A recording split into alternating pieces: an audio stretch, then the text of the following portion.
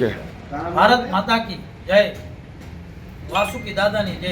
આગામી થાનગઢ નગરપાલિકા સામાન્ય ચૂંટણી યોજાઈ રહી છે ત્યારે 16 ફેબ્રુઆરીના રોજ મતદાન થઈ રહ્યું છે ત્યારે મને ખ્યાલ છે કે આગામી નગરપાલિકાની ચૂંટણીમાં હું 1 થી 7 વોર્ડમાં જે મારો પ્રવાસ મેં કરી રહ્યો હતો એના ઉપરથી હું પૂરતો આત્મવિશ્વાસથી કહું છું કે દરેક સમાજની સાથે લઈને મને જે એનું પ્રોત્સાહન મળેલ છે, મને ખાસ એવો ભરોસો છે કે થાનમાં 1 થી 7 વોર્ડમાં દરેકે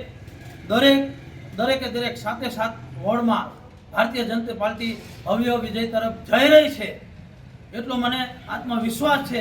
અને 16 તારીખે હું દરેક સમાજના ભવ્યથી ભવ્ય સારામાં સારા ટકાવાળીમાં મતદાન કરે એવો પણ હું આગ્રહ રાખી રહ્યો છું. અને મને ખ્યાલ એ પણ છે કે આગામી 18 ફેબ્રુઆરીના દિવસે રિઝલ્ટ આવશે ત્યારે 1 થી 28માં ભવ્ય વિજય થવાનો છે.